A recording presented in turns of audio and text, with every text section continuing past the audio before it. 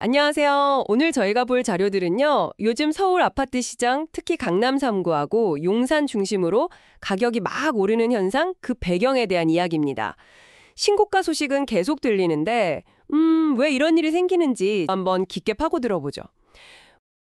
이게 단순히 가격만 볼 게 아니고요. 그 구조적인 원인을 봐야 합니다.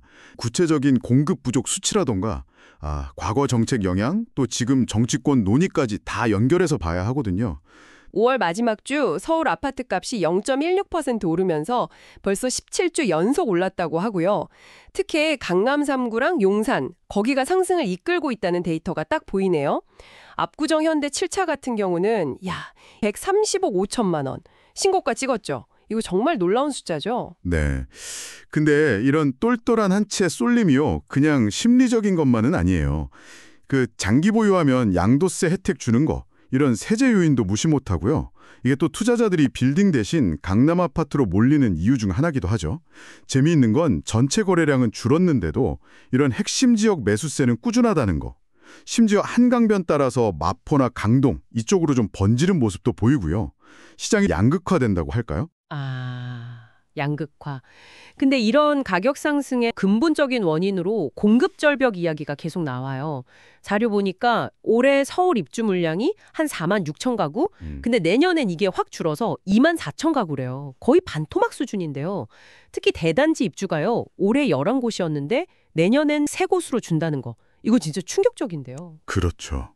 예전에 김현미 전 장관이 아파트가 빵이라면 뭐 이런 발언도 있었지만 현실은 완전 다르죠. 아파트는 이게 뚝딱 만들 수 있는 게 아니잖아요.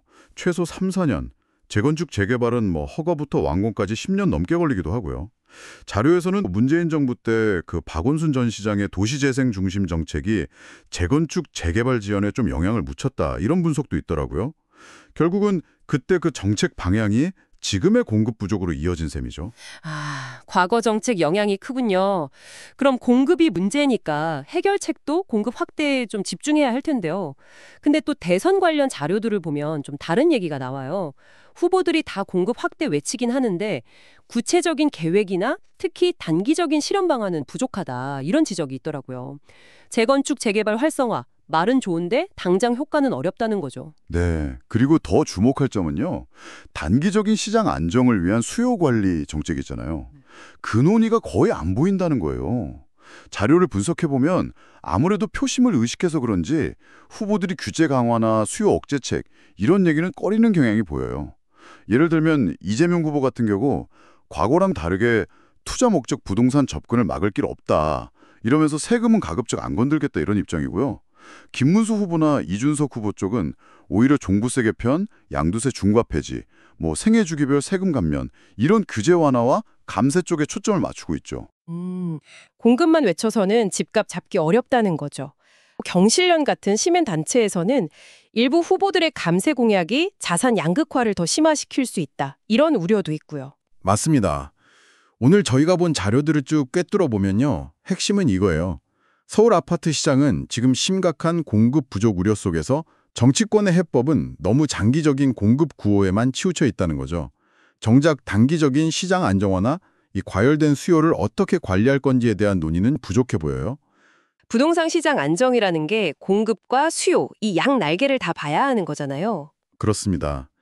과연 현재처럼 장기 공급 확대에만 집중하고 단기적인 수요 관리에 소극적인 접근 방식이요. 서울 부동산 시장을 정말 안정시킬 수 있을까요? 아니면 시장 안정을 위해서 필요하지만 불편한 질문들, 수요를 어떻게 효과적으로 관리할 것인가 이런 논의를 애써 외면하고 있는 건 아닐까요? 이 질문에 대해 여러분은 어떻게 생각하시는지 한번 고민해 보시면 좋겠습니다.